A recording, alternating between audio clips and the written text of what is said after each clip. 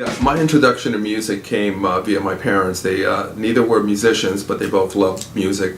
My dad liked opera and jazz, and he used to take me to like a lot of the jazz clubs when I was a little kid. You know, I get snuck in through the kitchen or the back door. What really started it for me and most musicians my generation was seeing the Beatles, and I saw the Beatles on the S. Sullivan Show when I was still living in New York. And so I decided I wanted to be a drummer. And my parents made a deal with me that if I took lessons for a year, they'd buy me a drum set. I took lessons for a year, and year on the nose, I went in and I collected. They got me my first kit, and I put a band together. And the first dollar I ever made, I was in a band called A Pound of Flesh. We played at a church social. I made $13. The first dollar hit my hand, I put it in the pocket, and the other 12 I put in the other pocket, and I framed that dollar. And I still, you know, from 5 and dime frame, I still have it in the same frame. And from the Beatles, I discovered Hendrix and Cream and Led Zeppelin. And from that point, I just never stopped. And I did bands all around New York City. And then my parents moved to Fort Lauderdale because it was less dangerous than I was becoming in New York. And I remember there was this new band called Led Zeppelin, and they were playing a local club on their first tour in '69, and I wanted to go. I didn't have a driver's license or a car, and my dad drove me down, and he wouldn't go in, but he took me and he bought me a ticket, and then he stayed in the car while I went in to see the concert, smoking the Nobly cigars and drinking espresso and reading the New York Times. And I came out about an hour and a half later and just glazed look on my face, and he goes, "That good?" And I said, "Yeah." "You want to come tomorrow?" I said, "Yep." So he bought me another ticket and brought me back the next day. And I just started playing in a bunch of different bands in Florida. I went back to New York for a while, tried to make it. The winters I couldn't take when you were broke. So I went out to California and I started playing with a ton of different bands. And eventually I got the gig touring with Steppenwolf. So I toured with Steppenwolf for 2 years. Came back to LA and put a band together with Michael Monarch, the guitar player from Steppenwolf. And from there, I did the Hughes Thrall record, and I did Moni Moni for Billy Idol and a couple of other tracks on that EP. And segue into the band Dubrow with Kevin Dubrow, which is what morphed back into Quiet Riot when we recorded the Mental Health record in 1982. And from that point, I never looked back. It's like some of the greatest experiences of my life have happened with Quiet Riot.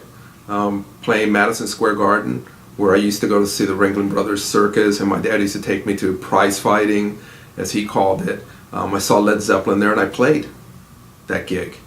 Playing the LA Forum, doing the US Festival, 11:30 in the morning, playing over 375,000 people. I mean, it's the kind of stuff you dream about, and it can actually come true, and it came true for me. And I never looked back. I'm still doing it. Yeah, the first record I ever bought was Meet the Beatles, and the second one was 12 by 5 by the Rolling Stones. And my father had bought this German, I think it was a Telefunken hi-fi. It was like the big thing at the time, really expensive at the time. And I used to sit in front of the stereo and play along to all the songs and all the records, to the point that I actually beat a hole in the carpet. My parents had to replace the carpet because of that. And those are, I've always been a fan. That's one of the reasons why, when I do shows anywhere, I'm really respectful of the fans, because I'm a fan myself. And I remember in 1983, Quiet Riot was supporting, I think it was Black Sabbath at the time, on the Born Again tour. And on days off when they weren't touring, we do our own shows headlining.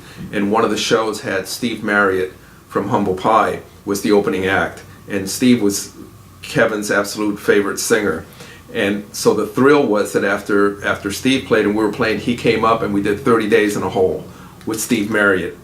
And then we went back to the hotel and we were partying, and it was great. And finally I was really tired. I went to my room, and my room was right next to Kevin's room. And for the rest of the entire night, all I heard was the two of them just singing at the top of their lungs the entire night. And so that was a highlight.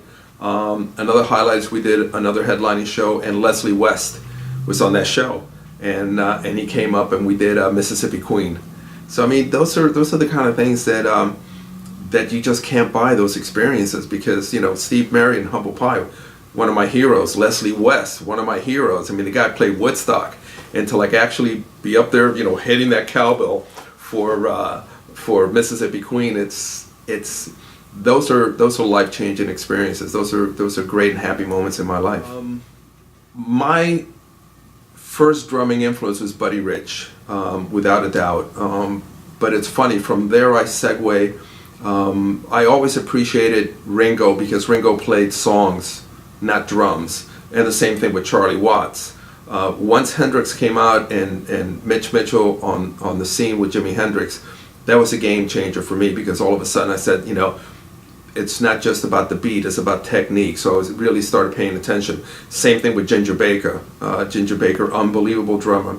And then what totally turned me upside down completely was John Bonham, because I understood what he was doing. Right from the first Led Zeppelin record I heard, I got it. I knew what he was doing. I mean, I knew I was on the right track because I really understood what he was doing and how he did it.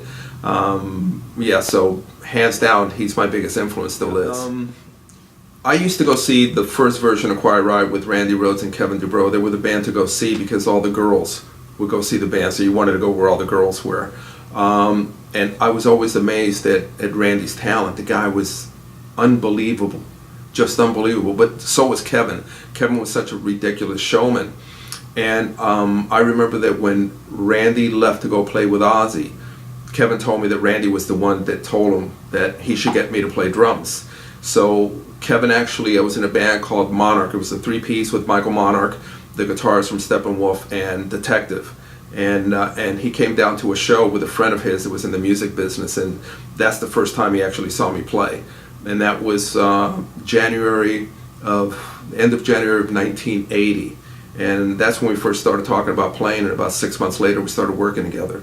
And it took Kevin a while to lure me away, because I was like in 4 or 5 bands all the time just to make ends meet. But once I got together with him and we started working on songs, and we both love British bands of the 60s and 70s, so we had an incredible communication. We had our own language. He would start a sentence about some band or some song, and I would finish that sentence, and that was one of the great links in our friendship, was that whole love of music. And we put DuBrow together, and we did gigs for about 2 years, and could not get signed. Nobody cared. Nobody got it.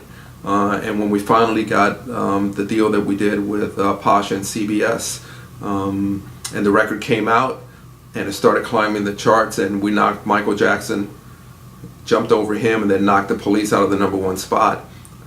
From that point on, everything changed for us, and it's been a great ride.